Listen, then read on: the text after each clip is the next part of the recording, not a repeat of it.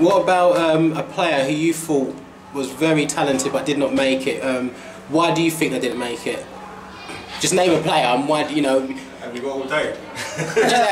just pick one, you know. You got one right here. there's loads, mate. There's loads.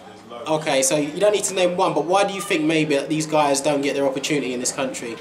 I think it's a combination of things. I don't think it's just specifically one thing. I mean, as Paolo says, you've got to be fully dedicated. You've got to put in the hard work. But also, I think it's important about people around you, who you surround yourself with, and that people are going to give you the right advice and encouragement as well. And you also need that bit of luck as well. And by that, I mean obviously staying injury-free, so it doesn't hold your progress when you're looking to go up the ladder. Okay, I know you guys have got to go in a sec. I was going to ask a couple more questions. Yeah, sure.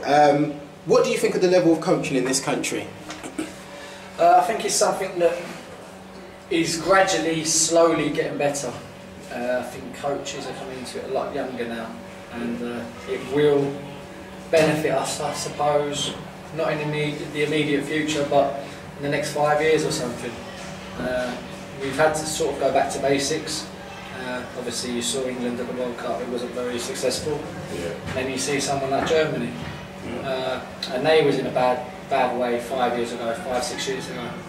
And they was a big nation not doing anything, and they went back to basics with their coaching and started from the young age and got the young kids doing things that they want to do in the future, the way the game should be played, like passing the ball early and teaching them about the basics of football, and it's helped them now. You could obviously see how well they've done in the World Cup this year, and I think they had the average age of 22, 23 in that squad, and so they'll be about for the next 10 years, I would say at least, with other players coming through.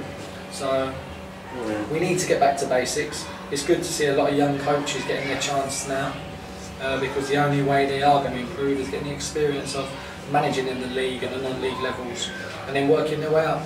Okay. Definitely. I think it all starts at grassroots level, doesn't it? Just educating the kids correctly. Obviously, a lot of people try and compare England to other countries like Brazil, Italy, Holland, and you know, why aren't our players technically as good as them, etc., etc. I mean, obviously, the top coaches over here, they probably go to all these different countries, look at their coaching methods. But I don't think, you know, you could just say to England, you know, we've got to copy them. We can't obviously do that. We've got what works for them won't necessarily work for the English kids. You know, we've got to implement their good bits and add it to the way we want to play and coach the young kids. I think, as Paolo says, it's slowly getting better. Obviously, England under-16s, they've just won the European Championships, under-19s got to the semi-final. So I think, you know, the future is bright. The future is bright. Slowly but surely, we're going to get there. But as you said, it's not an overnight process. I mean, it could take 5, it could take 10 years. But I'm sure England will eventually get there. Alright, 2 more questions. I know you've not got to go. Are technically gifted players appreciated in this country? And when I say technically, obviously not just ability-wise, but even things down to height. So if you've got, maybe, I know you might play with a small player who's a skinny build, do you think sometimes that holds them back in this country? So someone like Messi, would he have made it over here, playing for maybe a not so attractive team, or would Jack Wilshere have made it for a team that, you know, like say Stoke, a team that's more direct? I think it's different. I think every team is different and plays to their strengths. Someone like Stoke, they've got a way of playing that's been very successful for them.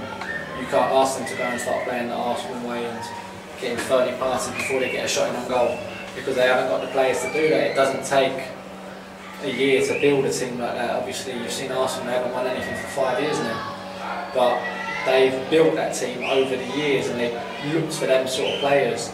So there is a sort of player that you have to look for when you're building a team. Obviously, Tony Pulis has gone down that route where he's got big, strong players, but still, technically, they are good players, but they're very well organised.